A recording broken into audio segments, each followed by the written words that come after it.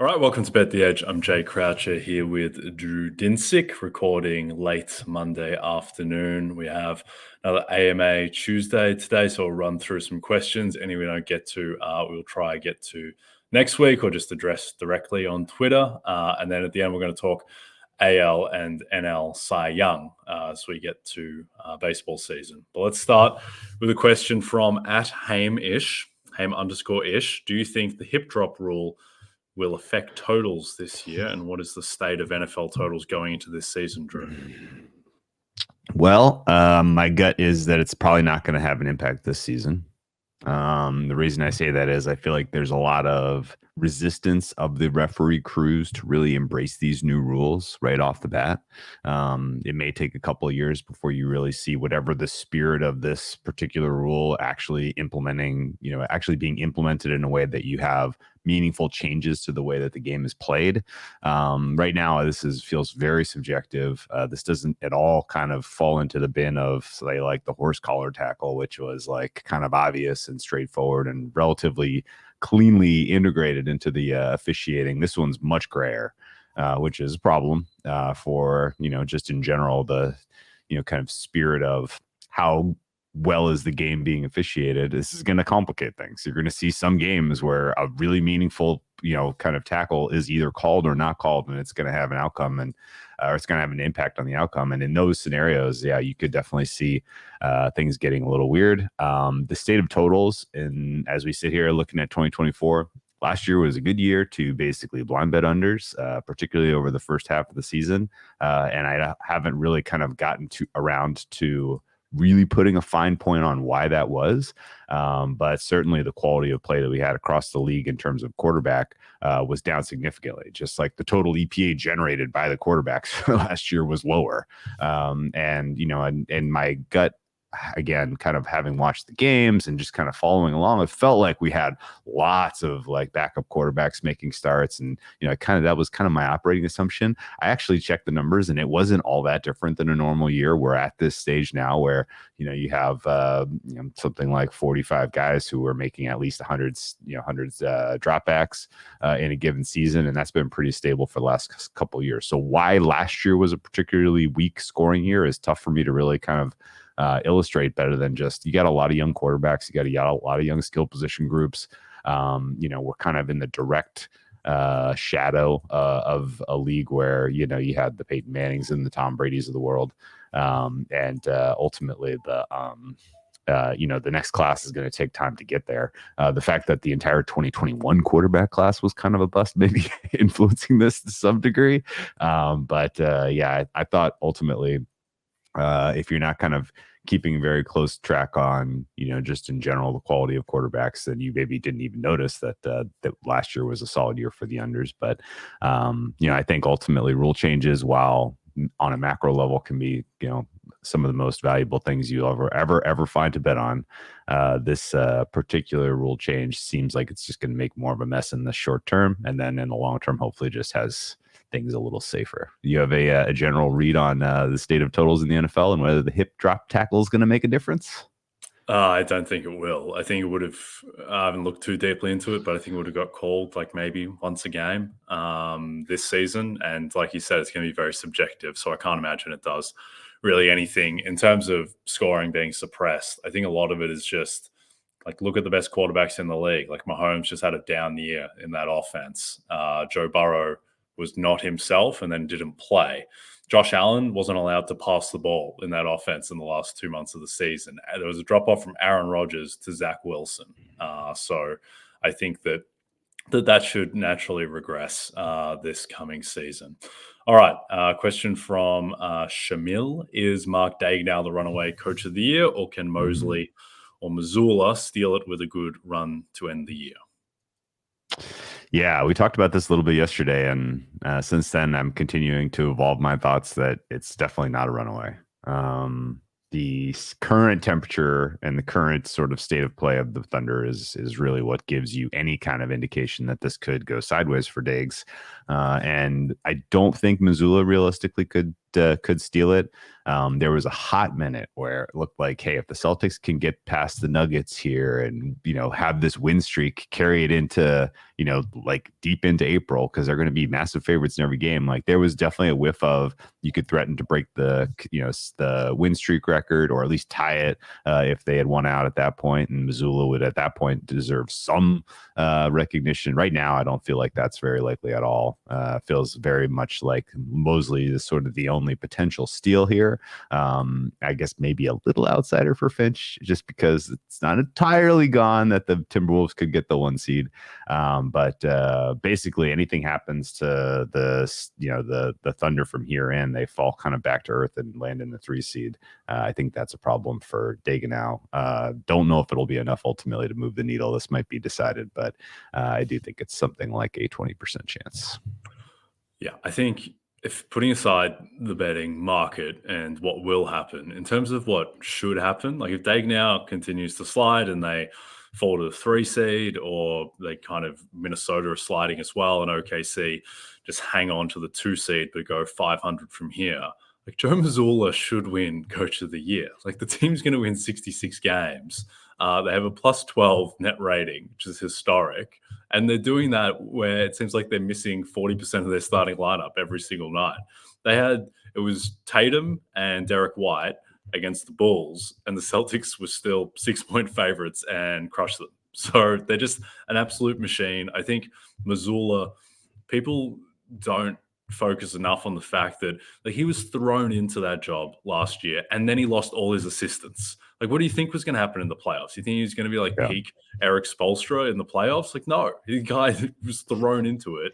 I think I always thought it was a very good indicator that despite Tatum's insistence that Missoula held strong to wanting to play small. And I thought that was a good indicator as to kind of his embracing of modern basketball. I think that his answers in press conferences are always very incisive. The stuff where, talking about the Celtics, their post-up frequency and post-up efficiency per play and that kind of, like, I just think he's a really good coach. And I think that is going to surface in the playoffs more than it did last year, where admittedly he did not do a very good job. But I think the stench of last season is unfairly kind of infecting his Coach of the Year candidacy. So I don't think he's going to win either, but I think he probably should if Dagenau slips. I think the most likely outcome is, say Dagenau falls to the 3, then if Mosley is a top 4 seed, I think Mosley will win.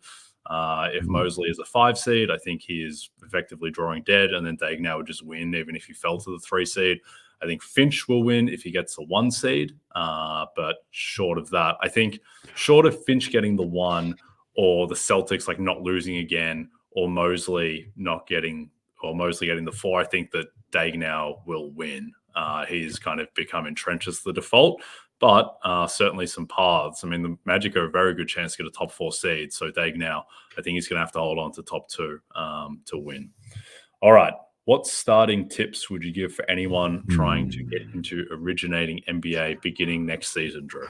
Well, my canned answer here for anyone starting any new sport, you need some ground truthing to understand why the market is where it is for any team, right? So you need some way to basically take closing spreads, and I would start with take this year's closing spreads, and figure out the time waiting for particularly early on in the season, like how did we get here? How did we get to these closing numbers? What is a fair rating for a given team? You can basically back calc that out of just knowing what the closing spreads were and solving for, kind of a minimized error problem. And that at a minimum, that gives you some very useful information in hand, which is, well, what does the market say about this team? And then after you kind of have an understanding of the market, and you can add some context to that, because you obviously know much better like which players played in the games than if you just take a blind market rating back calculated from the data. And so essentially getting to that point where you have an understanding of, why did the Clippers close 4-point favorites hosting the blank? And then from there, I would look specifically at trying to understand the player level impact to playing, efficiency and playing well and covering. There are a handful of all-in-one metrics that do a really nice job of kind of telling you who matters on offense and defense. I particularly prefer Darko. It's like we lost Drew for a second there. What I would add is, look, if you're looking to originate and beat NBA lines and totals, that is quite a quest to begin. But I mean, with all of this stuff, if you're looking to do that and to beat core markets, for the most part, you really need to know how to code. And I would recommend that as a starting point. Learning R, learning coding languages, I think is really essential. If you're looking to just to not do that and to find a way into beating NBA markets, I would find what the most beatable markets are, and that's more likely going to be player prop markets or futures or awards relative to core markets. So no one is going to just walk into eyeballing closing lines and totals that are wrong, because that's just not really how the market dynamics work. But what were you going to add, Drew? Yeah, no, I think that's well said.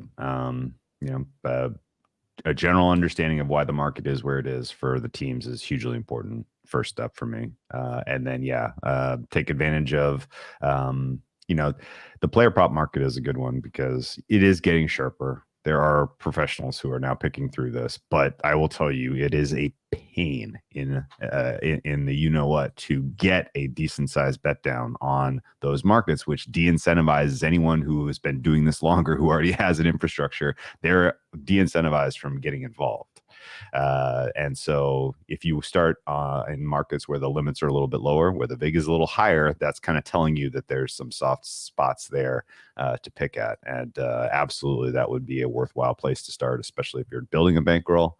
And then, as you kind of do, particularly are picking at the soft spots in a market like that, you'll find qualitative layers, quantitative stuff you can put on top of a market rating if you want to then come back into, game sides and totals, and then, just continuing to pick at derivatives that are a little bit lower, lower liquidity pools. It's going to give you I think a better chance of finding some early success. Yep, I agree with all of that. All right, question from Andy Vate. Any plays that you're looking at heading into the men's clay court championship starting this weekend in my backyard in Houston? I've never been before, but I've recently caught the tennis bug, so I'm going to try check it out live. Oh, very cool. No, I think what he's referring to, if you don't already know, there is an official kickoff to the clay court season. Technically, it happened this week. We have a bunch of challengers where they're starting to play on the clay, which is kind of the sign that spring is here. And Houston hosts the U.S. Men's Clay Court Championship, and it's usually a pretty heavy representation of U.S. players. And what's interesting about U.S. players on clay, they tend to stink. They don't have as much kind of natural background of playing on clay because most of the youth tennis in this country is geared towards hard courts. Many of their European counterparts spent a ton of their time learning on clay, which is why you have, a tendency to just see players from Spain happen to be better rated on clay than they are on hard. Players from France, players from just in general the parts of Europe where outdoor summer tennis means clay tennis, they tend to have a little bit of an advantage on those surfaces. So the U.S. Hard court is pretty interesting, and I'll pull up the list of entries here and just kind of give you some general snapshots. But just know that the U.S. players that show up are like they're like Bambi on ice a little bit because it's a different game, honestly, playing tennis on clay versus hard. And there's not a lot of reps for most of the important U.S. players. So let me pull up the list and we'll pull out a couple in particular. But I would definitely go to that event. I've heard great things about what they do in terms of putting on a fun experience. And just in general, if you've never been to see tennis live, it's a super, super fun time, particularly when they have a bunch of courts that are all going on concurrently, and you can kind of get up close and personal with the best tennis players in the world. It's quite cool. So I would highly recommend going. Yep. No, I second all of that. All right, let's go to a question from Max Quinn, my fellow Australian at Max Quinn on Twitter. How do you weight narrative telling the story of the season when it comes to NBA awards? Thinking in the context of the 1 seed Celtics shaping up for 0 awards and the 9 seed Bulls shaping up for potentially 2. Oof, man. I've been struggling with this one myself. And we talked about it, I think, a little bit in terms of like, will people come around to giving Missoula Coach of the Year? But it is pretty surprising that, right now the Bulls are going to take home some serious hardware when they're doing exactly what they did last year in terms of team win-loss. So, I think they're probably as good. The Celtics will get recognized through All NBA. Populating those. Second and third team for Tatum and Brown would probably be my guess. And I think after that, I don't really see any way into any of these awards other than maybe Missoula Coach of the Year. The clutch one, I almost think you just put it in its own orbit.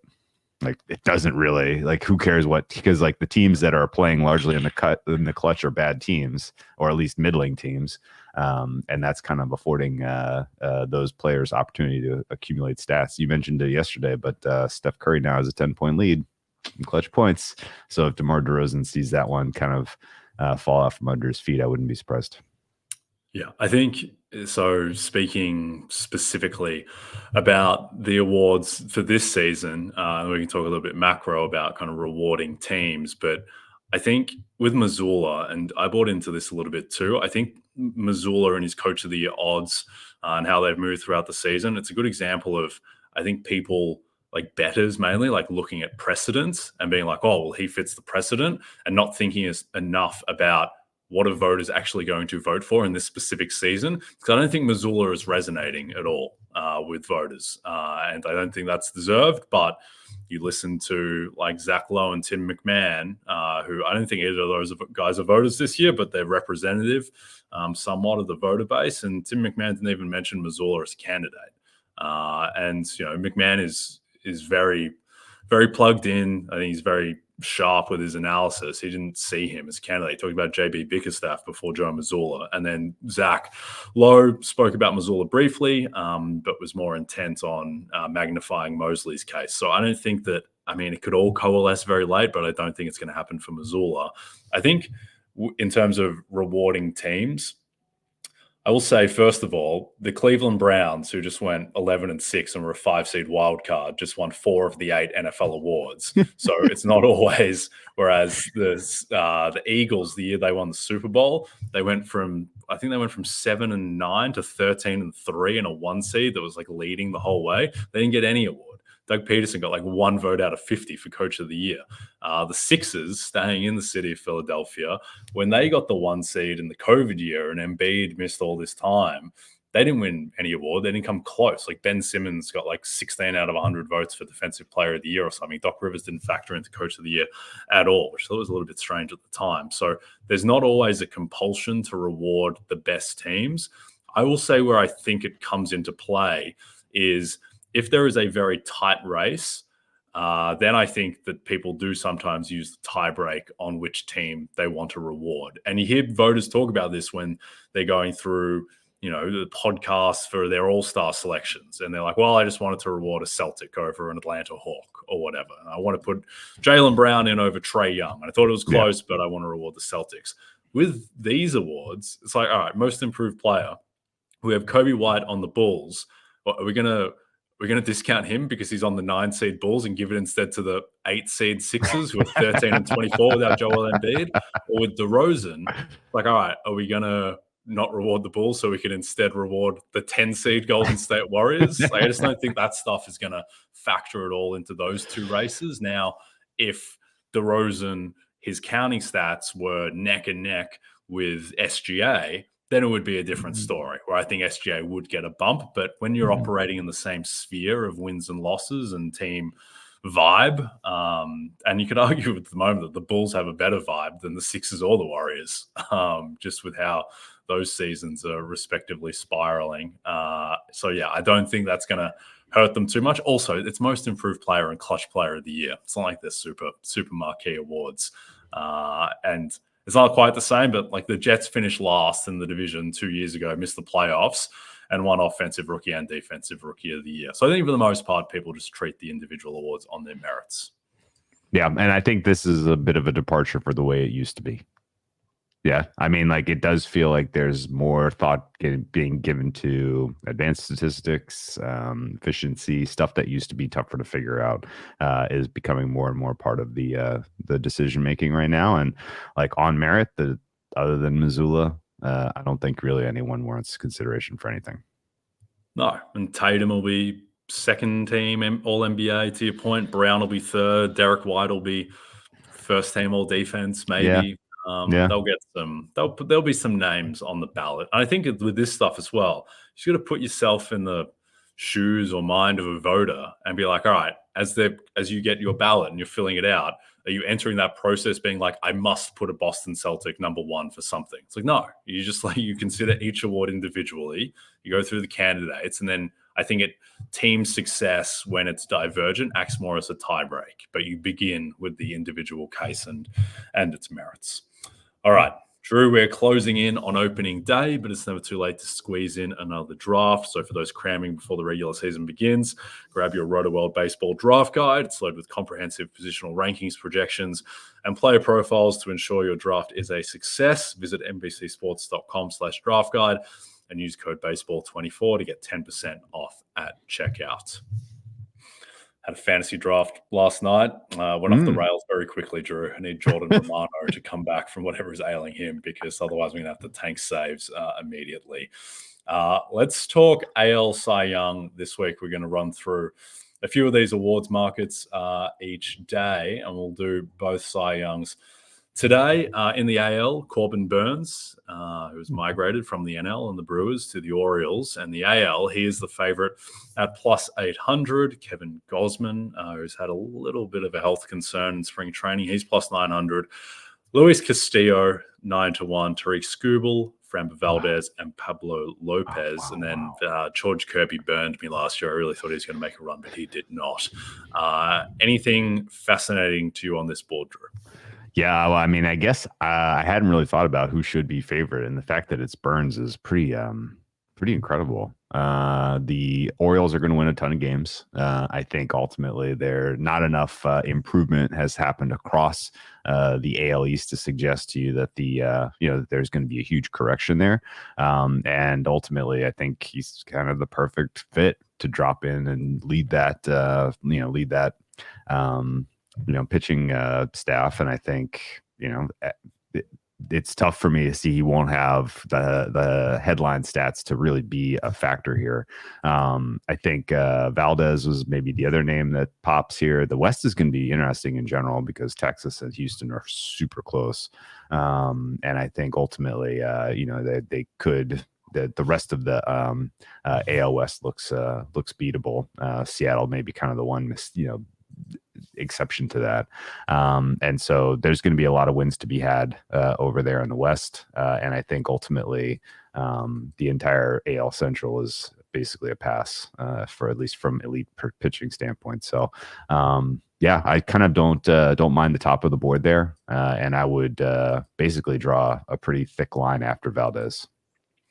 Yeah, I think I'll say just first of all, this is probably the awards market of every award across every sport that I bet the least in preseason, where just because guys come out of nowhere in this award constantly, and you're subject to a ton of batted ball luck because people are still voting mainly off ERA than FIP and WAR. And so I think there is some value in just getting a look at how these guys go. Also, the other thing too is that, guys just go down with injury in spring training. So I don't want to blast into, Garrett Cole in January. And obviously he is not in the discussion anymore because he's going to be out for, looks like, a couple of months. So like Blake Snell at mid-season last year was like 250-1 and ran away with it in the second half. Whereas Garrett Cole he was the favorite. So you get both ends of the spectrum. I do think what happens most in this market is that the market is very quick often to anoint someone. way too early. Like Jacob deGrom a couple of years ago at midseason was -1,000 to win NL Cy Young. It's like he's a pitcher. Like there's way too much season left, and sure enough, he got hurt in the end. But even if he didn't, you're just exposed to. You just one bad game can tank so much. You give up 3 home runs, and then all of a sudden, and just with the health concerns too, there's a lot of variance in these markets. I do agree with Burns being the favorite. He had a bit of a shaky start last year, but seemed to rediscover himself. He's going to have a ton of narrative if it is close. Like if it's close between Corbin Burns and Chris Bassett, like who do you think is going to win? Probably Corbin Burns. You probably default to the pedigree. One guy whose odds have really plummeted and has gotten a lot of momentum is Cole Reagans, young pitcher on Kansas City. And I get it. Like he is very exciting and electric, but I mean, he's 14-1. That is very aggressive. I'd like to see it a bit more from Reagans. Reagans had the yips for a start last year. He just couldn't throw the ball to home plate. Like I think he probably needs to show a bit more before he warrants that price. Tariq Skubal as well, who's 10-1, which is too short for mine. He could absolutely win the award, but that again is buying a little bit too much into projecting and his hype. 2 guys that I would keep an eye on, and they're not the sexiest names, but Zach Eflin, his projections are excellent, and he is 30-1 to win the award. And Shane Bieber, if Shane Bieber is healthy and the Guardians start well, he's 30-1 too. His projections are still very strong. Now, he could get traded at midseason, but he is another guy to look out for. And then at the top of the board, the only guy I would say, if you can shop around and find Framber Valdez in the 15-1 range, like I think he should be right there with Burns and Gosman, and I would have Valdez shorter than Castillo, so he'd be the other name I'd throw out. Yep, that sounds good to me. I guess what would be your opinion on, because what you said at the beginning, it kind of resonated the most, which is when do you bet Cy Young? It's not now. There are so many examples of early season flameouts and or injuries that, kind of being patient, biding your time, and then, preying on some drifting prices in the May, June timeframe is usually kind of the sweet spot. Would you agree? Yeah, I think so. I mean, the time now is to jump on, long shots who have shown if you're taking stabs at long shots this time of year, I think that is fine. The guy who I'd throw out for that in the AL, and it's not a name that people are going to be happy with, but if Carlos Rodon is just the guy that the Yankees signed to $160 million deal, and he has his velocity back, his last spring training start was I heard a Yankee beat writer describe it as the best he has ever looked in pinstripes. And so like he has the talents. If he just stays healthy and fixes whatever ailed him last year, then he is the guy that could rise up. So if you're taking bets on long shots this year, I think that is fine if they have the upside and they've shown a tweak in their arsenal, if they've regained velocity. The other way that I think about this market in a macro sense is just like, who can you afford to wait and get a look at? Like if Zach Eflin has 2 good starts out the gate, like his price isn't going to move that much. If Corbin Burns goes 13 scoreless in his first 2 starts, he's going to be like plus 450 immediately. So those would be the guys that you probably have to move on quickly because their price is going to move. All right. The Premier League race is tightening, Drew, and one of the most important matches of the season is this Sunday when Erling Haaland and Man City take on Arsenal as the Gunners try to claim their first title in 20 years. Watch the matchup at 11:30 Eastern, only on NBC and Peacock. All right, National League Cy Young. And this market is, I think, a little more compelling in a way than the AL one because the AL doesn't have anyone anchoring it. The NL does. There's Spencer Strider plus 425. Zach Wheeler is 9-1. Last year's runner-up, which people may not know if they didn't pay attention to the vote count, given that Snell was such a shoe-in. But Logan Webb did finish second in the end. He's 10-1. Yamamoto off a rough first start. He's 13-1. Max Fried, Zach Gallen, Tyler Glasnow, and my former friend Justin Steele are next. What do you think of this market?